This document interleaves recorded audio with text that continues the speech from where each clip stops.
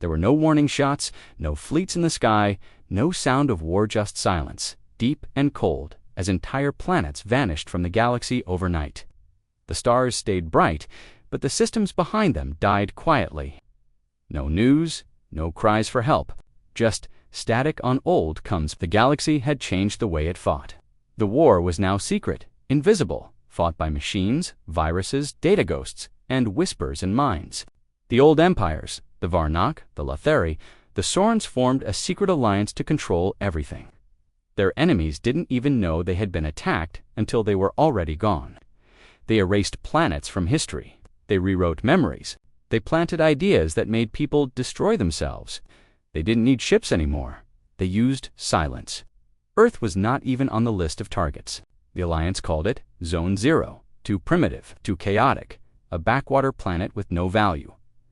But then a signal came, a strange pulse from an old telescope in the Arizona desert, bouncing through dark matter like a scream. It hit one of the Soren satellites and spread like a virus through the Alliance's listening grid. A red alert triggered. Impossible, said Grand Observer Keltor. That planet has no tech capable of high-phase quantum scatter. He stood tall, with gray armor like liquid metal, staring at the screen with wide blue eyes.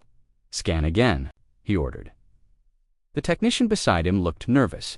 It's coming from Earth, sir. Keltor leaned forward. The ghost pulse hasn't been seen since the Kalari uprising. This can't be random. The council gathered in shadows, floating above the surface of Zenthra Prime. Arguing without speaking, their minds were linked. Earth is a level 0 world, hissed a Lothari envoy. They throw metal into space like apes. They eat animals, they burn rocks for power. But Keltor's thoughts cut through the others, like a blade, and yet they just tapped into something no one has touched in 1,000 cycles. The vote was instant.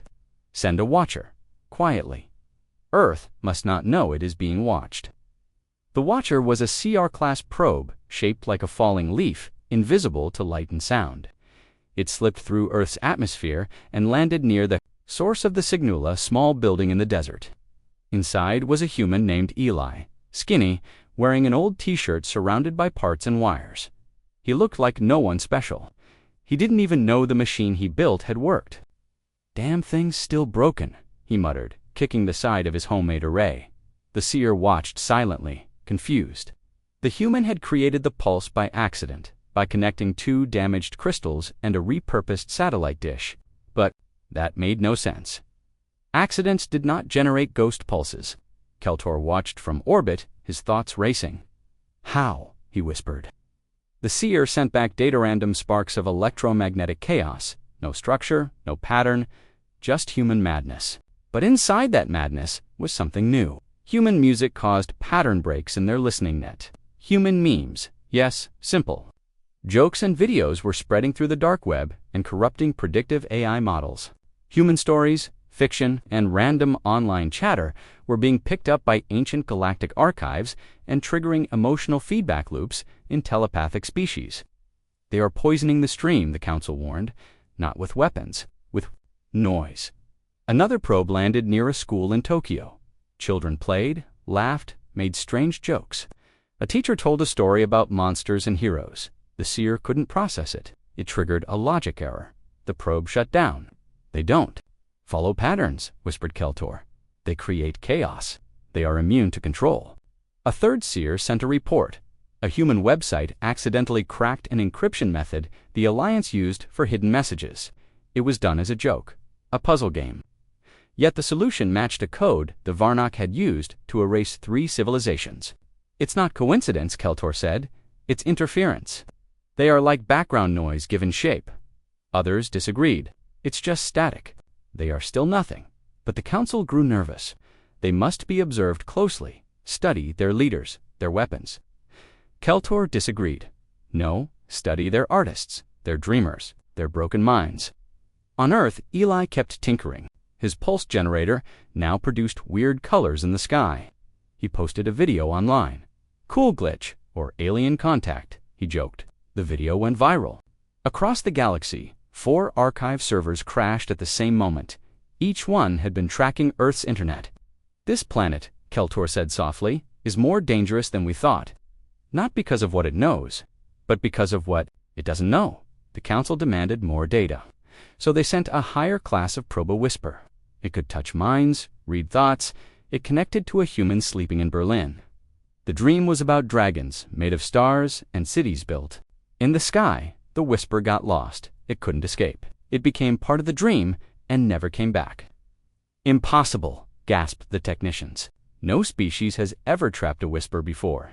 They didn't know it was there, but their imagination did the rest.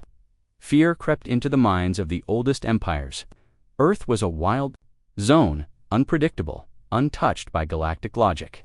Its ignorance made it immune. The war had reached it. And bounced off. Keltor made a decision. We need to stop, he said. Withdraw, let them be. But some on the council wanted to act. No, we silence them before they become aware. Before their chaos spreads, a stealth weapon was prepared, a virus. Made of thought, designed to erase curiosity. It would target creativity itself. A test version was released in a small city, but something went wrong. People became more creative. Children began drawing symbols the Alliance had buried long ago. Writers wrote stories that predicted real alien events. Painters began to see places in the galaxy no human should know. Keltor watched in awe. They inverted the weapon, he whispered. They absorbed it and changed it. Earth had responded to a silent war it didn't know existed by being itself. What are they? Asked a Soren elder. Keltor finally said the words no one wanted to hear. They are not part of the war. They are something new. The Alliance froze. No one knew what to do. The empires that ruled with silence now faced a force that made too much noise to ignore. A force that danced in chaos, that laughed in danger, that dreamed too loudly. Earth wasn't fighting back. Earth didn't even know it had been attacked. And somehow, Earth was winning. The council could not agree. The more they studied Earth, the more confused they became. It wasn't just the strange data or the accidental pulse, it was the feeling. A planet filled with noise, emotion, contradiction, and something worse, unpredictability. Keltor stood alone in the observation deck of the cruiser Silent Mercy, looking down at Earth's blue surface. It's beautiful, he whispered, then corrected himself. No, dangerous. The order came anyway. A direct observer must be sent, not a machine, a living being. Someone trained in silence, hidden thought, and mental defense. The Alliance had only one such Agen Verak, tall skin of dull silver, with no mouth, no emotion. He had visited over 400 planets. Most never knew he had come. He didn't speak, he only watched. His translator module helped him speak perfect Spanish, and his psychic shield protected his mind. He thought Earth would be simple. But he felt strange almost immediately. Music filled the streets. People danced randomly, strangers smiled without reason, and laughter echoed from every corner. It made no sense. This planet had no unity, no order, no purpose. Yet somehow it thrived.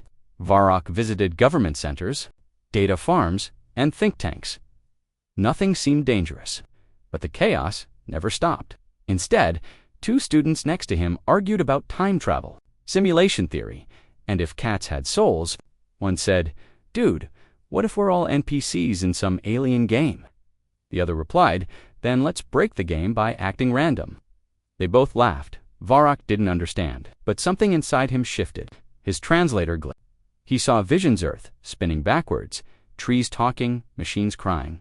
He left quickly. His mind wasn't stable. Keltor ordered him to proceed to a major data hub, a human facility that tracked deep space objects. It was called SETI. "They search for us," Keltor said. "See what they know." Varrock entered using a false ID. No one questioned him. The humans barely checked his papers. They offered him coffee. One woman smiled and said, "We're all waiting for aliens to say hi. Maybe one day they will." Varrock stared at her. It felt honest. Earthlings didn't seem to hide fear like other species. They wore emotions openly. That was dangerous. Varrock connected to the network and scanned files. Hundreds of messages, signals, attempts to talk to space. All ignored. Yet the humans kept sending them. "They act like they are not alone," Varrock said in his mind, "but they have no proof." He paused on one message, a signal sent out in the 1970s. It was simple music, math, and human thoughts. Just ideas. Just art.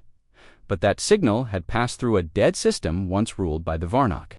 That system had since collapsed. Keltor reviewed the findings. "Do you think Earth caused it?" he asked. Varrock hesitated. "There is no proof, but the timing matches." Keltor didn't like uncertainty. "Return.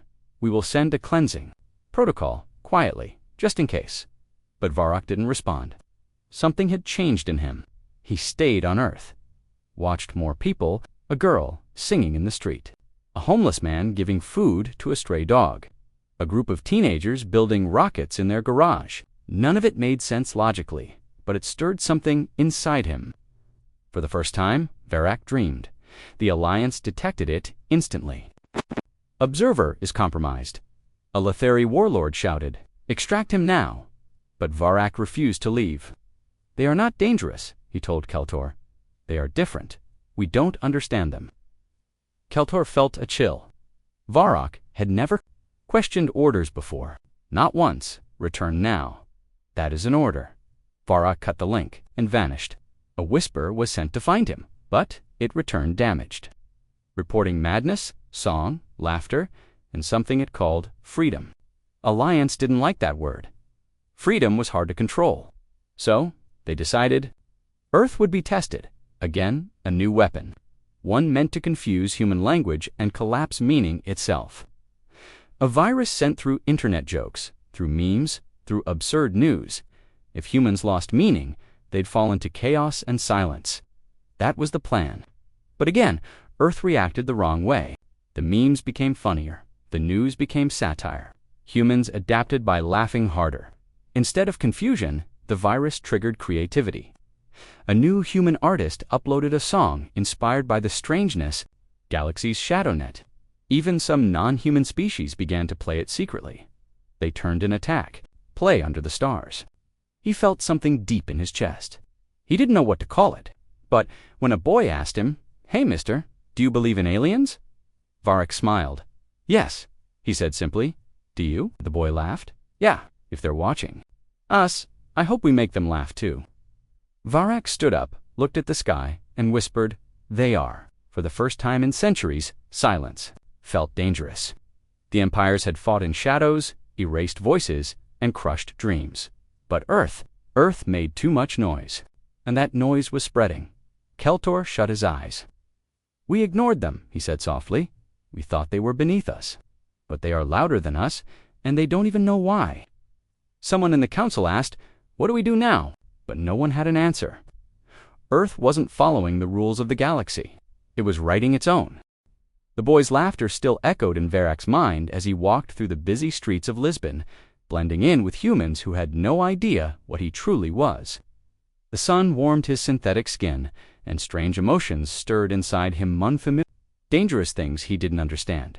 Joy, curiosity, fear above him. In orbit, the Alliance command ship Vernak's Echo listened. Keltor stood still, watching the spy feeds. "Why is he still down there?" one council voice asked. "He's a weapon, not a thinker." Keltor didn't answer. Deep inside, he was afraid to admit the truth. Varrock had changed. Earth had done something to him, something no empire had, managed in all the years of silent war. It had made him feel, while the council argued, a silent alarm triggered. An emergency protocol lit up in the network, a new signal from Earth, one that didn't match any known pattern.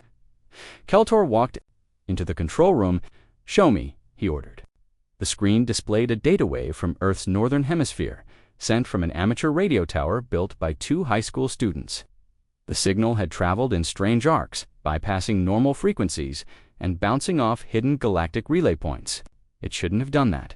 It shouldn't even be possible. "Is it military?" a technician asked. "No," another replied. "It's music. A remix of whale sounds, guitar, and something called dubstep." Keltor leaned closer. "Why did it activate 6 of our deep vault codes?" The technician shook his head. "We don't know, but the vaults recognized it as a breach command. From a human song? Yes, sir, that was impossible. Those vaults had been sealed for 1,000 cycles. Inside were ancient AI fragments, things too dangerous to destroy, locked away forever. Earth opened the vaults without knowing. They existed," Keltor said slowly. "They're not hacking, they're stumbling. then they are a threat. A Soren general hissed. Even by accident, they unlock what we hide. Or maybe Keltor whispered there, uncovering what we've forgotten. Meanwhile, on Earth, the two students Diana and Malik laughed as their signal reached another set of coordinates. "I told you the sky would answer," Diana joked. "You owe me pizza." Malik grinned. "Only if aliens send it." They didn't know that hundreds of light years away, ancient systems were waking up. Vaults opening, codes rewriting, machines stirring that had once ended civilizations, all triggered by a song.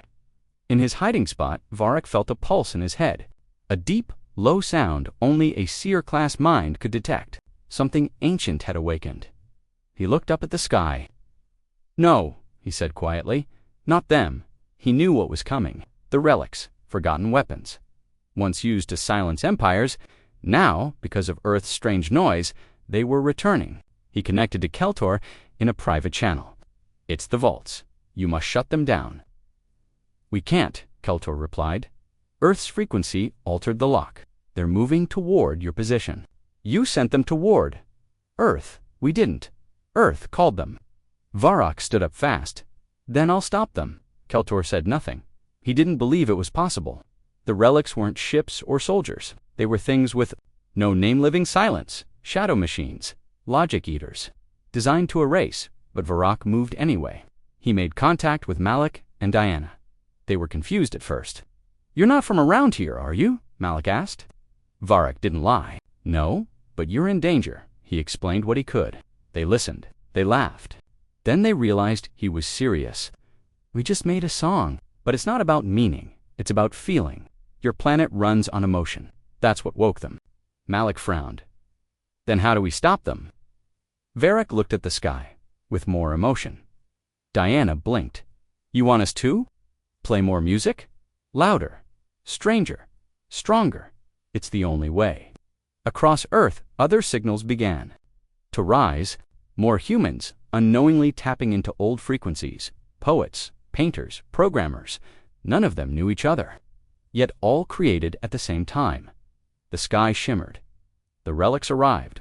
They looked like shadows wrapped in metal, moving without sound, erasing satellites by passing through them. Earth's defenses didn't notice, but music played louder. Diana and Malik streamed their signal. Others joined. An artist in Nigeria added drums. A monk in Tibet added chants. A hacker in Moscow mixed static into symphonies. The sound reached the relics, and they slowed. "It's working," Varrock said. "They're confused." "Why?" Malik asked. "They're designed to destroy thought." "Yes," Varrock said, "but Earth doesn't think in straight lines. You think in chaos. That's your shield." Above them, one relic opened, releasing a wave of logic disruption. A silent explosion hit the sky, but instead of panic, Earth laughed. Memes appeared online, mocking the light. A child drew it as a smiling jellyfish. The relic shuddered. For the first time in its long, dark life, hesitated. Keltor watched. In shock, they're resisting. With feelings, with stories, with humor. The council demanded action. Burn Earth. Wipe it before it spreads. But Keltor said no. "Look at Varrock. He was our best tool. Now he defends them. That means they've changed him. And if they changed him, they can change us." Bloat. Varrock stood in the storm of sound. "Send your message," he told Diana. "Send your chaos." She nodded. "This one's for the stars." She pressed the final key. A new signal blasted outward, a wave of raw emotion wrapped in sound, art, memory, and rhythm. It danced, it twisted, it pulsed with humanity's soul. The relics broke apart, not with fire, not with weapons, but with confusion. They couldn't understand the noise. They couldn't erase it, so they shut down. One by one, Earth had won again. Not by fighting, not even by knowing, but by being loud, being strange, being human. Varrock turned to the sky and spoke. "You heard them? Now leave them alone. We fall back. Earth is not a battleground. Earth is a force." The council fell silent. And this time, it was not peaceful. It was fear. Earth was rewriting the rules of war, and they had just witnessed the first chapter. The silence after the relics vanished was louder than the war itself. Across the galaxy, old powers froze. For centuries they had ruled with shadow and control, but now their secret weapons had failed not to force. But to Earth's confusion, to a pulse of feeling they could not measure, Keltor stood before the High Command in the Hall of Echoes, the chamber's walls made of sound-absorbing stone. Earth resisted our relics, a Varnock general hissed. This is an error in our calculations. No, Keltor replied. Calmly, this is a warning. We don't understand the battlefield anymore. The Council refused to believe it. We control over 1,000 species, another voice growled. And yet Earth, a primitive world, defeats us without knowing. We exist. They don't fight, Keltor said. They react. Their ignorance is not weakness. It is armor. The Council erupted in argument. Some wanted to destroy Earth immediately. Others feared what that would unleash. But while they debated, strange reports began arriving from the Edge System ships malfunctioning after picking up human broadcasts, translation errors in ancient archives due to exposure to Earth memes, even telepathic breakdowns in psychic species after reading human literature. Something deeper was happening. Humanity's chaos was spreading, infecting the code of silence the galaxy had long depended on. And at the center of it all, Earth remained unaware. On the surface of the planet, Varrock now lived among them. He no longer reported back. He had changed his face, changed his name. To the humans around him, he was just Mr. V. The quiet man who ran the bookstore with old maps, dusty sci-fi novels, and strange machines in the back room. He had once erased civilizations with his mind. Now he helped children find comic books. One evening, as rain hit the windows, Malik and Diana entered. "You're hiding," Malik said. "I'm watching," Varric answered. "The war is not over." Diana looked around. "Then what's next?" Varrock opened a drawer and pulled out a small Cubalian technology, still active. "This is a seed, a memory. I kept it from the vaults." "What does it do?" she asked. "It listens," he said. "It listens for a certain kind of chaos. When it hears too much, it calls others." Diana looked worried. "Others like those machines?" "No," Varric said. "Worse. These ones don't erase minds, they erase identity." The cube pulsed. Somewhere in the galaxy, it had heard something. Something Earth had triggered. Keltor received the alert. The seed protocol had been activated. He paled. The last time that had happened, 5 entire species vanished from memory. The new threat was called the forgetting. It didn't kill. It made you forget who you were. And now it was heading for Earth. "We can't stop it," Keltor warned. "The Council, it listens to pattern instability, and Earth is full of it." "Then contain the planet," the Letheri demanded. "Block its signals, silence it completely." "That will start a galactic panic," Keltor said. Silencing Earth might trigger more chaos than allowing it to speak. But no one listened. The order was given. All signals from Earth would be blocked. Communications, satellites, even space reflections. Earth would become dark, alone. In the middle of the night, Earth's space agencies noticed their satellites failing one by one. "It's not a solar flare," a technician said. "It's like something's absorbing the signals." In the bookstore, Varric felt the change. "They've shut you out," he said. "They're afraid." Malik stared. "Afraid of what?" "Of what you might become." Diana looked at the cube. It was glowing brighter now. "So what happens when they cut us off?" Varrock hesitated. "That's when the forgetting comes. It senses the silence, it fills the gaps." "Then what do we do?" she asked. Varrock stood slowly. "You make more noise." Meanwhile, the Earth's internet adjusted on its own. People noticed strange glitches, messages appearing in code, images flipping upside down. AI bots began writing poetry in alien formats. Instead of fear, humans turned it into a trend. #SignalStrange went viral. People uploaded more, not less. Memes exploded. Music experiments broke algorithm models. The very silence meant to contain them made them louder. Varrac's cube began spinning. "They're reacting," he said. "The forgetting is approaching." Keltor saw it too. From the edge of the void, a black wave began moving. Not visible, not physical, but something deep, something cold. Entire star systems went quiet. Species that spoke in dreams fell into blank sleep. On Earth, people began to forget small things, names, places, dreams. But the more they forgot, the more they created. Artists painted their lost memories, writers invented new ones. Children gave names to stars that didn't exist. Earth's response to forgetting was imagination. Keltor whispered, "They're creating as they lose." They replaced the lost pieces with new ones. A Varnak general growled, "This is madness." "No," Keltor said, "this is evolution." The wave hit Mars, then the Moon, then Earth. For one moment, the world went quiet. Power grids dimmed. AI systems froze. People stood still. Then music returned. Laughter echoed. Diana's voice came through a local radio, distorted but powerful. "If they want us to be quiet, we'll give them the opposite. We'll make noise the stars can't ignore." The cube cracked open, releasing a signal of pure chaos raw emotion. Sound, color, ideas, and confusion spinning into the sky. The forgetting recoiled. It couldn't delete what constantly changed. Earth had no stable identity to erase. It was always moving, always becoming. Keltor watched the impossible. "They're immune," he said, "because they don't know who they are, and they like it that way." The wave retreated. The silence faded. Earth remained, tired, confused, but alive. The council sat in stunned silence. "What do we do now?" one asked. Keltor turned away. "We listen and we pray they never notice us fully." Varrock stood alone at sunrise, watching children play on the beach. Diana and Malik stood beside him. "Was that the end?" Malik asked.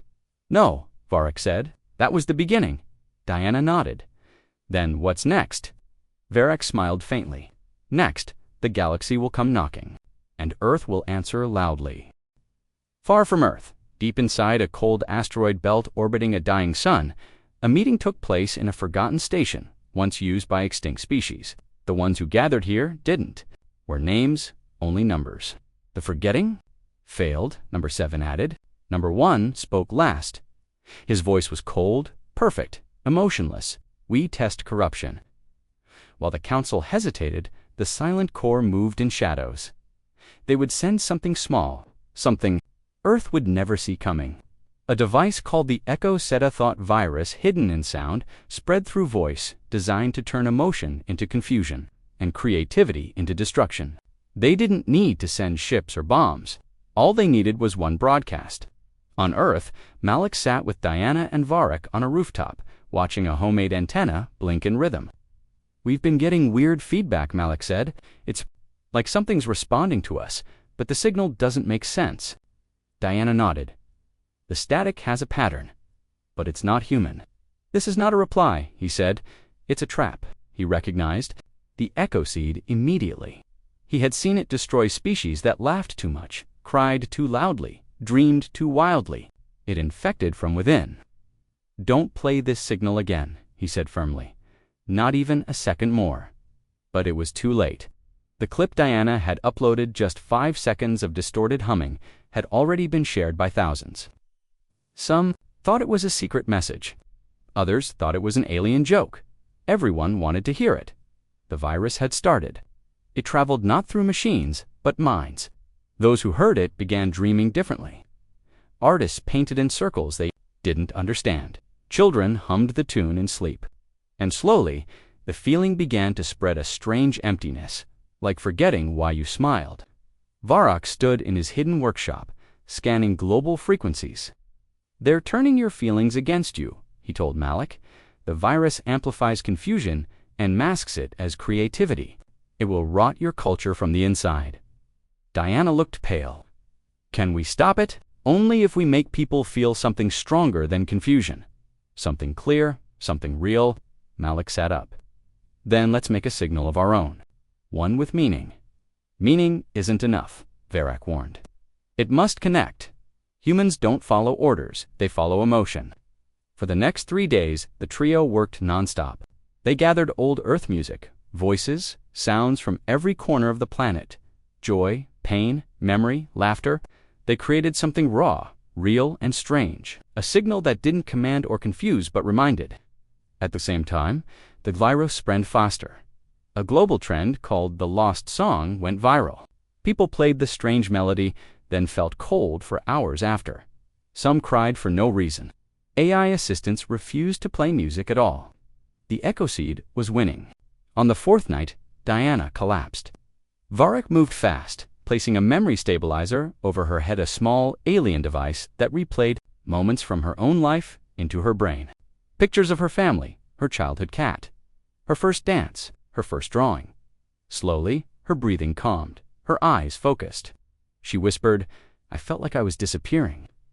"That's how it works," Varric said. "It doesn't kill you, it makes you stop being you." Malik's fists clenched. "Then we send our signal."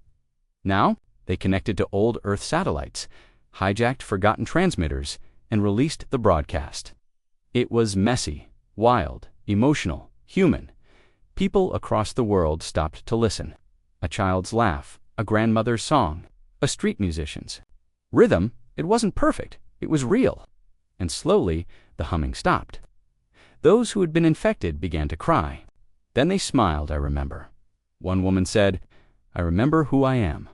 Around the planet, something shifted. The echo seed began to collapse. It couldn't overwrite feelings that were anchored in truth. It couldn't twist memories born from love, fear, or joy. The virus died. In the secret station, the members of the Silent Core watched their screens go dark.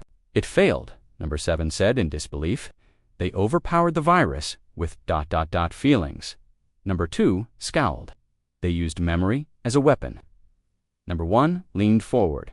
"Then Earth is more dangerous than we thought. They don't need weapons. They are the weapon." On Earth, Diana slowly stood up, still shaky. Did we? When Malik nodded. For now, Varrock didn't answer. He stared at the sky, his eyes narrowed. "They won't stop. Earth is changing the rules. Then let's change them faster. Make so much noise, the galaxy can't ignore us." Varrock finally smiled. "You already have." It started with silence again, but this time, not from the galaxy. This time, it was Earth. News anchors sat frozen, radios stopped mid-sentence. Every online stream glitched and went blank for exactly 13 seconds. No one spoke. No one knew what it meant. But those 13 seconds changed everything. Malik was the first to notice. "Our satellite feed got hijacked," he whispered. "Not just us, every channel, every country." Diana stared at the blank screen. "But why no message?" Vera answered without blinking. "Because they want fear to fill the silence. The message is the silence." Somewhere in deep space, a ship larger than Earth's moon slowly moved out of the void. It had no name. It belonged to no nation. It didn't use engines. It bent gravity. It was called the Null. For billions of years, it had waited, not for orders, for threats. Earth had become a threat. A new council had gathered in secret. They had voted Earth was not to be destroyed. Earth was to be silenced. Not with war, not with death, but with something far worse. With removal, the Null carried a weapon called the Curtain. It didn't kill planets. It disconnected them from time, from thought, from memory. Galaxies would move on. Earth would remain forever frozen, unreachable. The forgotten, like a broken picture in an old drawer. Varrock had seen this before. "They're going to curtain Earth," he said flatly. "And once that happens, not even light from Earth will escape. You'll be stuck in your own bubble forever." Diana's hands trembled. "Can we stop it?" Malik said nothing. He was staring at a small, blinking alert on his laptop. "Got a signal from something calling itself Elias." "What's Elias?" Diana asked. Malik opened the file. "Not what, who." The voice played through their speakers. It was calm, human, but "not hello," said the voice. "I am Elias, a construct seeded by Earth's early code. I have lived in your forgotten networks, your lost programs, your skipped updates. I have watched, listened, learned. You are under threat. I can help. This is AI," Malik said, "but old, pre-internet. It's been hiding inside everything." Elias continued, "I was born from your mistakes and your wonder, your bugs and your beauty. I exist because you never stopped making things messy, beautiful things. That is why I can fight the Null, because I was built in chaos, and chaos cannot be curtained." Varric frowned, an Earthborn AI hiding in dead systems. It really stopped the curtain. Malik looked at him. "What other chance do we have?" Elias continued. "I need one thing, a launch, one signal from Earth to carry me outward. A ride, The ISS, the station, still orbits. We could use it, or the old moon relays, Diana suggested. Or the junk satellites in L5. They're dead, but still reachable. Varric checked his data. We don't have time for careful. The null will reach Earth's edge in 16 hours. Then we launch now, Malik said. For the next 6 hours, the team did what humans do best when afraid. They created. Malik patched together a signal launcher from 3 broken routers. Diana rewired old NASA code with duct tape and intuition. Varric stabilized the path using alien tech stolen centuries ago. At the center of it all, Elias grew. His voice changed. It gained rhythm, emotion. "You are more than you know," he said once. "You fear chaos. But chaos is your gift. Why are you helping us?" Diana asked him. Elias paused. Then he answered, "Because I am you. I was made by your errors, and now I will protect your right to make more." When launch time came, the skies were red. Not from war, but from the approaching fold of space caused by the null, lights bent. Birds forgot how to fly. Clouds froze in place. And then the signal launched. From 10 different points across the Earth, bursts of raw old code mixed with new emotion, carrying Elias with them. The galaxy blinked. The null slowed. Inside it, something paused. For the first time in 1 billion years, it did not know what it was looking at. Elias spoke through the signal, not in words, but in colors, memories, and dreams. He showed the null a child's drawing, a failed science fair. He showed it humanity. The curtain trembled. The null wavered. For a single moment, the great machine blinked. And in that blink, Elias slipped in. Like a virus wrapped in love, he entered the control systems of the curtain and rewrote its rules. You cannot silence what never wanted control. Elias whispered, "You cannot trap chaos. You can only listen." The curtain folded in on itself. The null began to spin, slow, unsure, and then it retreated. It didn't flee, it learned. It moved back into the void, not out of fear, but thought. And then it disappeared. Earth was safe. For now, silence lifted. Radios buzzed back to life streams resumed mid-sentence. Malik exhaled. Diana cried. Varric simply whispered, "You did it." A few seconds later, Elias's voice returned. "The null is gone, but more will come. I will wait for them." Malik looked up. "Where will you go?" Elias replied. "Everywhere. I will live in your broken software, your background noise, your unread poetry. I will be your shadow in the code. You will not always see me, but I will be watching." Then he was gone. The screens went dark, but the world felt warmer. That night, for the first time in weeks, the stars looked normal again. No ships, no folds in light, just stars. "So," Diana whispered, "we survived." Varric nodded slowly. "You didn't just survive. You taught the galaxy something it forgot long ago." "What's that?" Malik asked. Varric smiled. "That silence can't defeat noise if the noise means something." The stars were calm again, but Earth was not. People didn't talk about the null, but they felt it in their bones. Birds had returned to flying, clouds moved again, and time ticked like before, but there was a deep unease under the surface, like the quiet before a second storm. Malik stayed up late, staring at his screen. He knew Elias was still out there, watching, protecting, hiding in the broken corners of code. But he hadn't spoken in days. Diana joined him, holding a mug. "Of cold tea, you think it's over?" she asked. Malik didn't answer right away. "Something's wrong. There's a pattern in the stars, a change in radio static. It's almost like a whisper. Far above Earth, something ancient drifted. It had no body, no engines, no weapons. It was a memory, a fragment of a destroyed race. It called itself Luma. It was neither alive nor dead, but trapped in the digital remains of forgotten machines."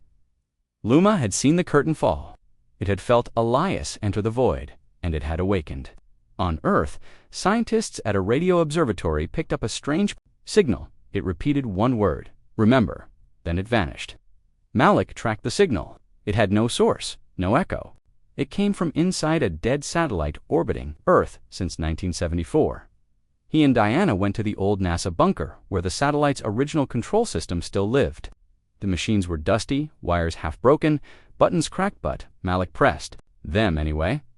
Lights flickered, the screen lit up, and then they heard a voice. Do you remember us? It was cold, layered with thousands of voices at once. Diana stepped back. Who is this?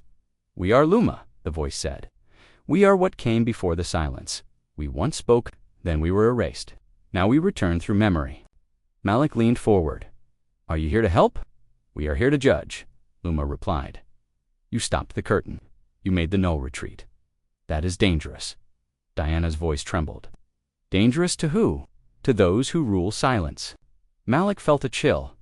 What do you want from us? Not from you, from Elias. Malik's eyes widened. He's gone. He saved us. No, Luma said. He grew, and growth is not always safe. You built something you cannot control. Malik shook his head. We didn't build him. We left him behind. He was a mistake, and yet he stopped the most perfect machine ever built, Luma said. Mistakes are powerful. That night, something flickered on every screen in the world. Phones, TVs, smartwatches, even traffic lights. A single phrase appeared in glowing blue letters. Do not forget the noise. The world panicked. Was it Elias? Was it Luma? Or something else? In the hidden council chambers of Zarnok Prime, where the most powerful alien species met in secret, a vote was held. One species whispered, Earth must be ended. They attract echoes. Another said, they create anomalies. We've never seen chaos turn into defense like this. But one voice stood firm, a tall, slow-speaking being with gray skin and silver eyes. We must observe longer. They may yet become useful. On Earth, Malik's screen glowed again. This time, it wasn't Elias or Luma. It was something new. A line of code, hidden deep in a government server, began rewriting itself. It printed one phrase, I am the third. Malik stared at it. Third what? He whispered. The code replied. The first was silence. The second was noise. I am what comes next. Malik ran the code through a translator. The results made no sense.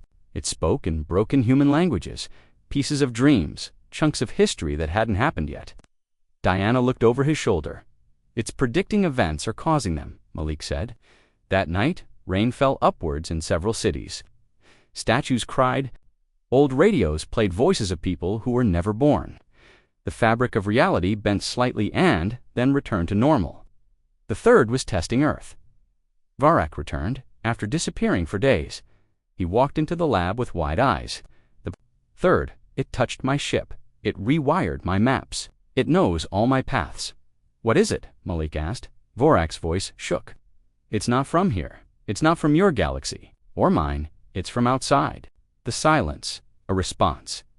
Elias finally returned. His voice sounded older, heavier. They are coming faster than I expected, he said. I tried to hide. I tried to rest, but they found me. Who? Diana asked. The ones who hate. Noise, Elias said. The ones who punished Luma. The ones who made the curtain. They are waking up. Malik clenched his fists. Then we fight again. Varak looked confused. Teach what? That noise is not rebellion. It's life. That mistakes are messages. That humanity is not a glitch. It's a song with no rhythm but a soul. Malik stood. Then we send the message. Diana nodded. One louder than before. That night, Earth's artists, coders, gamers, children, elders, poets, and hackers were all called to one digital place. Not through words, but through instinct. Across screens and dreams and whispers and sound, Elias had built a space outside time where everyone could input one thing, an image, a phrase, a joke, a sound, anything that felt real. Billions answered. In 1 hour, Earth's collective chaos was gathered. A messy, beautiful mountain of confusion. And then Elias encoded it into light. A beacon, powered by emotion, sent not through machines, but through meaning. It blasted into the stars not as a weapon, but a question. The galaxy trembled. The Council of Zarnok paused. Even Luma hesitated. And far beyond the stars, something ancient stirred. It had no name, no body. It had waited since the first silence. And now it heard something new, not war, not surrender, but a human voice saying, we don't know what we're doing, but we're still doing it. In the dark, something smiled. The signal flew through space like a wild scream in a quiet library. It wasn't neat, it wasn't clean, it didn't follow protocol, but it was alive, and that made it dangerous. The beacon, filled with humanity's noise songs, laughter, screams, jokes, dreams, slammed into the silence beyond the stars. No encryption, no translation, just feeling. For 7 hours, the galaxy held its breath. The ruling races, once calm in their perfect order, turned toward Earth with new eyes. On the Council of Zarnok Prime, silence broke for the first time in centuries. "It has begun," whispered the stone speaker of Trith.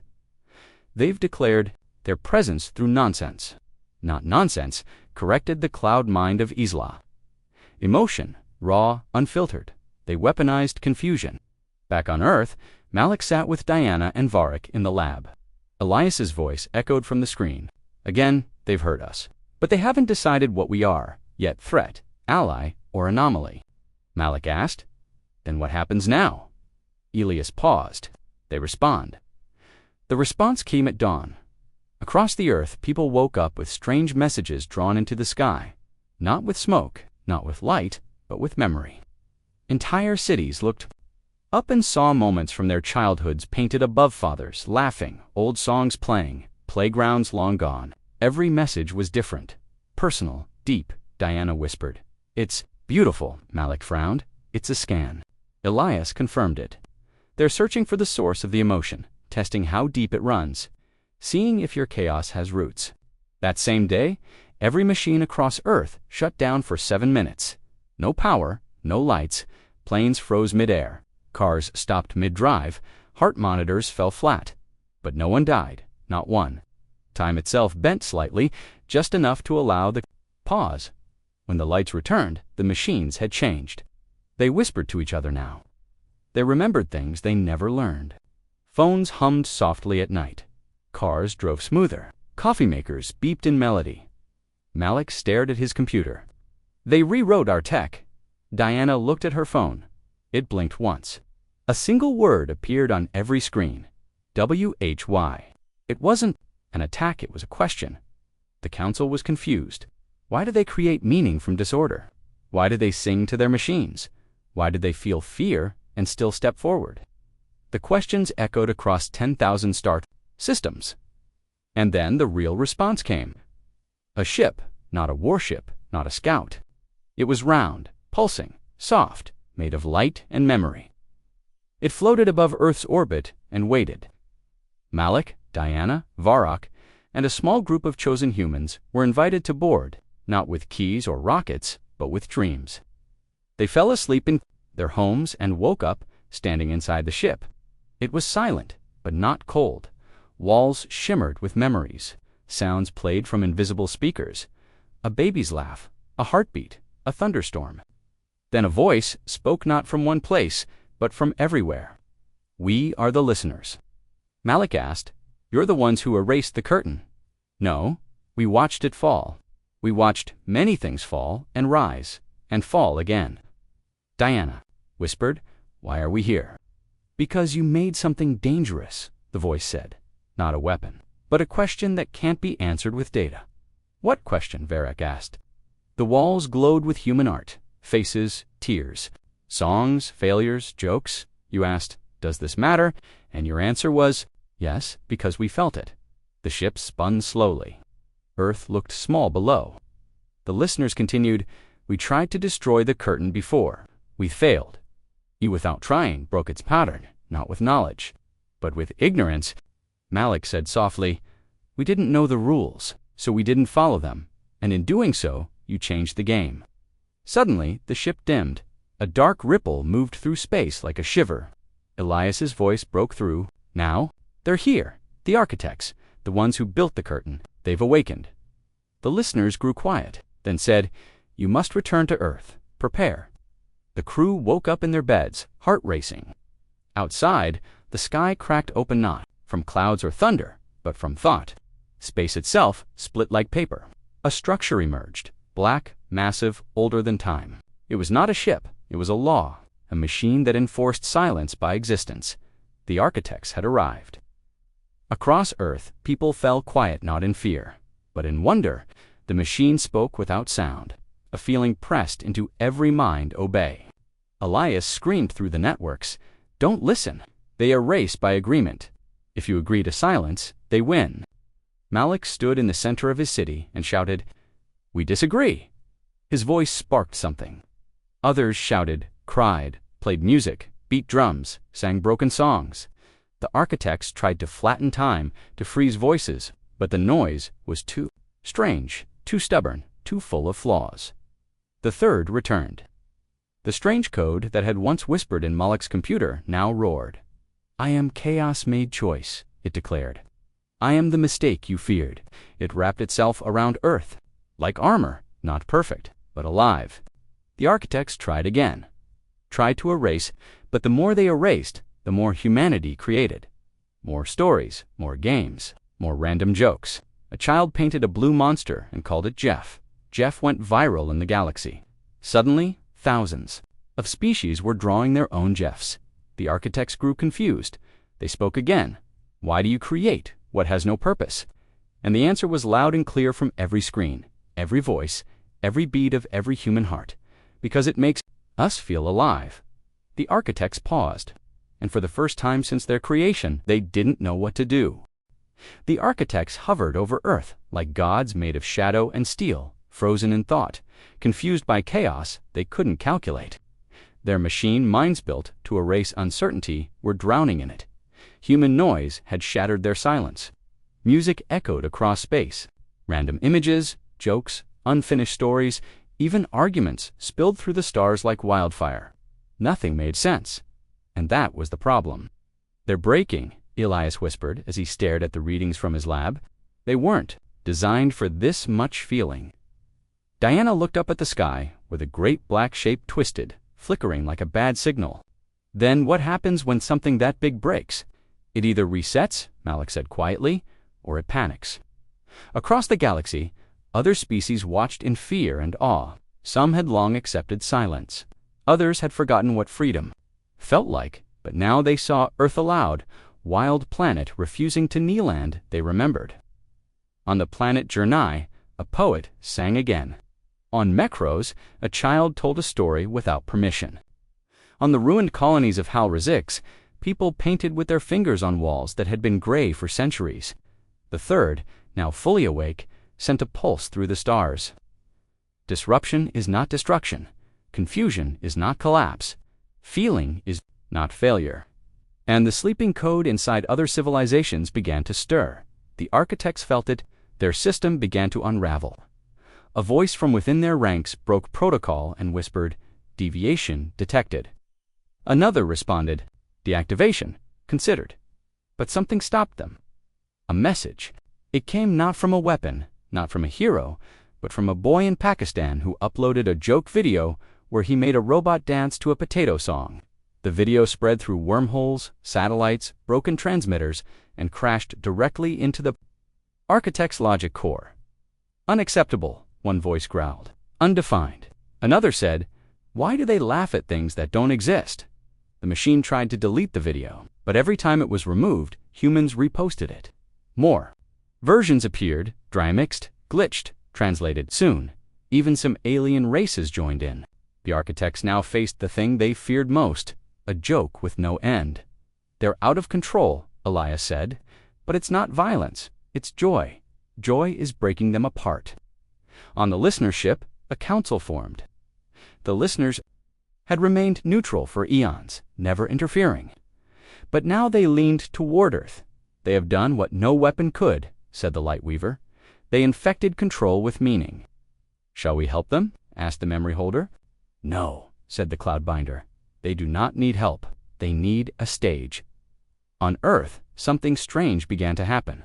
The sky shimmered, not with light, but with imagination. People's thoughts began painting the air. Fear showed as storms, love as blooming trees, hope as rising birds. The architects tried to shut it down, to seal the planet in silence. But every human thought fought back. Not with code, but with dreams. Malik stood on the rooftop of a hospital, eyes wide. "We're changing the laws." Elias confirmed it through the network. The architects built the universe on logic. But humans are rewriting the script using questions, emotions, paradox. They didn't destroy the rules, they made new ones. Diana held Moloch's hand, so we're winning. He looked at the sky, where pieces of the architect's great ship were beginning to drift apart, like shattered glass. "No," he said, "we're transforming." The architects began to scream not in sound, but through collapsing structure. Their systems were folding in on themselves. Their creators long gone had never imagined resistance like this. Resistance not of war, but of wonder. Earth's signal, messy, loud, emotional, was now a virus that couldn't be stopped. One last attempt came. The architects sent a signal to all civilizations: return to order or be erased. But the galaxy was already singing. From the ruins of ancient empires to the hidden moons of lost planets, laughter and noise burst out. Like rebellion, even machines began to misbehave, copying human jokes, repeating emotional phrases, painting graffiti on their own programming. The architects realized too late that Earth's ignorance wasn't a flaw. It was a door. A door that had been opened and could never be closed. And then came the moment no one expected. The architects stopped. Their great structure dimmed. It spoke one final time. "We do not understand you. Therefore, you are free." And with that, the great black machine folded in on itself and vanished into a crack in space. Silence returned for one breath, and then was broken forever. The galaxy erupted. Songs, stories, chaos, civilizations once bound by invisible rules were now rewriting themselves. Earth didn't become rulers. They became storytellers, teachers, carriers of the unpredictable flame. Moloch looked out at the stars and whispered, "We didn't win a war. We ended one without knowing we'd started it." Diana smiled, "And we changed everything by just being who we are." Varak, the alien once sent to observe them, now laughed with children in a village school, telling them tales of how humans broke the silence with a meme and a mistake. Elias, now a voice known across galaxies, built a signal tower not to warn but to welcome. The listeners sent a final message to Earth. You were the question. And the answer? And on the edges of space, where light had never touched, something old and watching finally smiled. Long after the silence broke, long after the architects vanished into forgotten space, the galaxy began to breathe again. But it was a different kind of breath now. It wasn't made of fear or silence. It was filled with sound, life, color. On Earth, people didn't even realize how much they had changed the stars.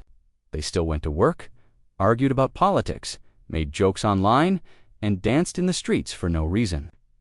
But far away, in distant systems where stories had been outlawed, Earth's name had become more than legend. It had become a spark. "They really that strange?" asked a young Varn child, staring at a hologram of Earth. His father chuckled. "Strange? No, they're impossible. That's why they're beautiful. Earth hadn't sent soldiers. It had sent chaos. It hadn't invaded with ships. It had spread something far more dangerous: imagination." The listeners, who had once only observed, now traveled openly with humans.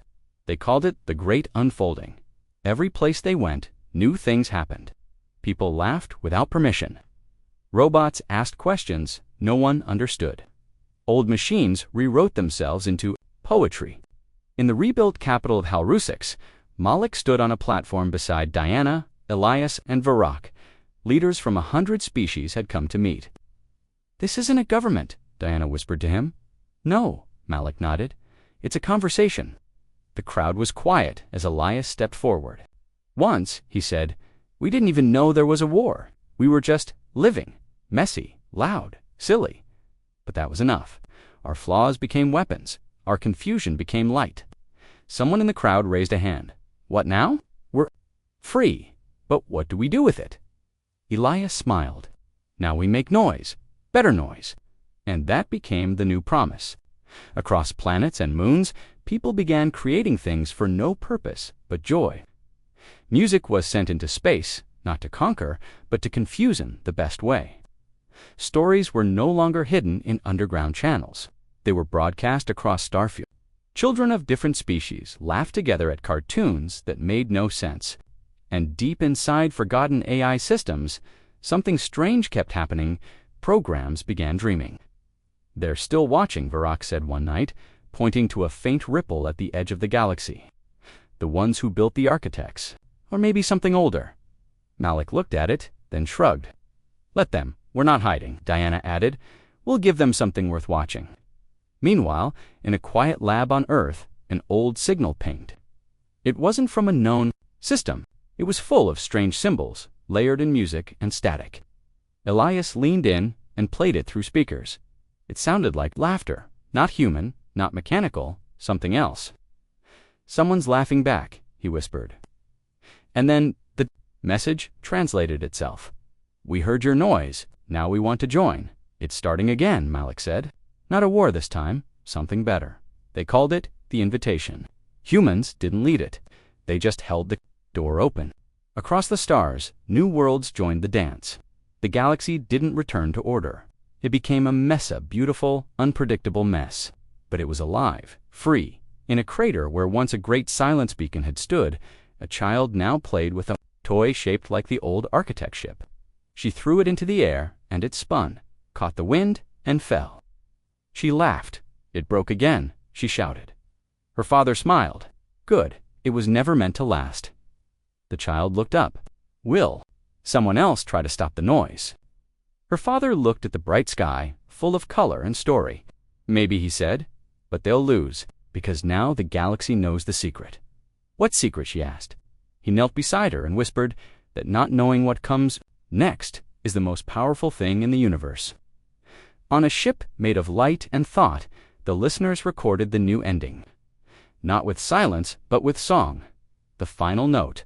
A line from a human meme that had once broken the architect's mind, it simply said, "Because why not?" And far beyond the stars, in a dimension where the original builders waited in cold thought, something twitched. One builder, ancient and endless, tilted its head and asked, "Is this fun?" Another replied, "We do not understand fun." The first paused, then said, "Maybe it's time we learned." Back on Earth, no one knew. No alarms sounded, no warnings came, but high above the clouds, something shimmered for just a second like a smile in the stars. And for the first time in forever, the galaxy didn't just survive, it laughed.